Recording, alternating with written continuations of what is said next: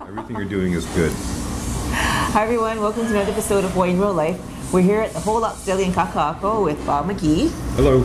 And you can follow him on Twitter at Whole Ox. Oh no, Whole Ox Deli. Whole Ox at Twitter. No, you're Whole Ox. You're Whole Ox on Instagram. Okay. Whole Ox Deli on Twitter and Whole Ox on Let me pull out Facebook. my iPhone 5 and I'll tell you for sure, Melissa. I forget. Anyway, yeah. Keep talking. Okay. Anyway, we're here because, yes, you're Whole Ox Deli. Whole Ox Deli, folks. He's one of the chefs in Great Chefs Fight Hunger, which is happening on March 23rd for the Hawaii Food Bank. It's one of the biggest fundraisers of the year, right? Yeah. And there's about 20 or so chefs and some of the beverage companies. And It's a big deal, and it's for a great, great cause. then how did you get involved with the food bank? I got roped in by a very, very sweet woman named Christine, who came to me and said, "How would you like to do this?" And I said, "Of course."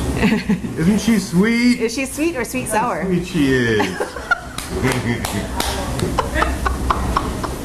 Hey. It's the serious stuff. Come on. Anyway, and had you been to any of the events before? I have not. Oh, okay. I was in the kitchen that day. Okay, so you don't know what to expect. I mean, there's. I think that there's going to be a lot of people. We're going to have little plates, and there's a lot of people going to come up and pay a lot of money for a very good cause and take a little plate and be very well fed. Yes, actually, last year I went and I didn't even go to all the stations because I was so full.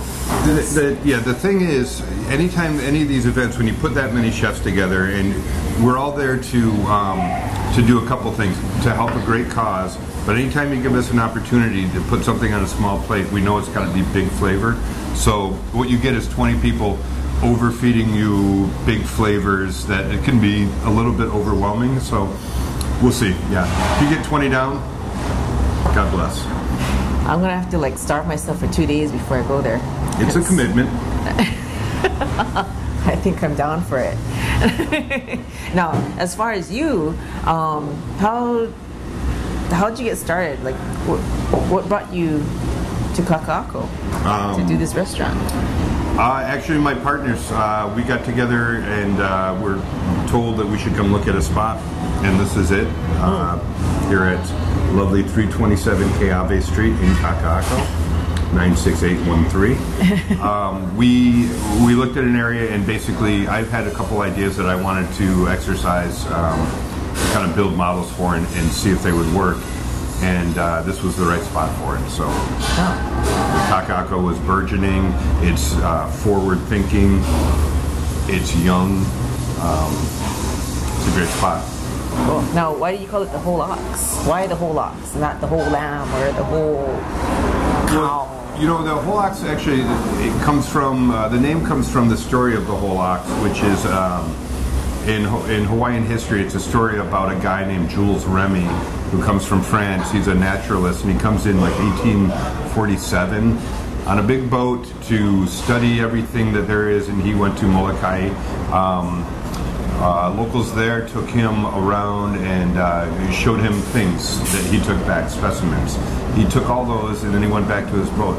As a thank you, he sent down an ox, had it lowered down and brought to shore, and brought it up to them and said, you know, thank you guys. And there's like 6 or 8 local from Molokai who showed him around. Wow. He left, he said, this will lighten your load, this will help you do your work more efficiently, here's an ox. The next morning he came back and there was a fire and there was the remnants of a whole ox which had been eaten by those people. So, you know, it was about, you know, how we can utilize the things to the best of our needs. So he thought that it would lighten their load, but really just fed them, which is equally great. Yes. So that's the story of the Whole Ox, and it ties in so much with what we do, which is use whole animals. We don't serve ox, we serve beef cattle. Often we serve a lot of pig. Occasionally we'll get our lamb from the Ihao, we'll get Whenever we can, we'll get whatever we can that's from the island. The one rule that we have is that we always bring it in whole. It's the most sustainable way to do what we do, and it brings it in at a slightly better price point. It's a lot more work. It's the hardest way that you can run a restaurant is using whole animals. But in the end, we get a lot more fun to play with, a lot more fun pieces and parts to play with. So that's the truth. Wow. I didn't even know that Niihau had lambs. Niihau has lambs. And yeah, so we've had a couple, and they're fantastic. They're really good lamb. It's a high price point, so we can't bring it in that much, but we do.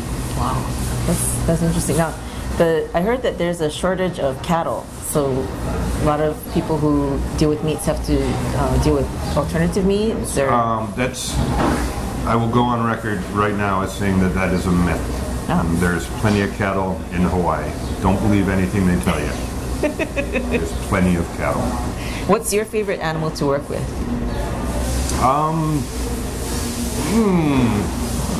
I like the cow. I like it a lot.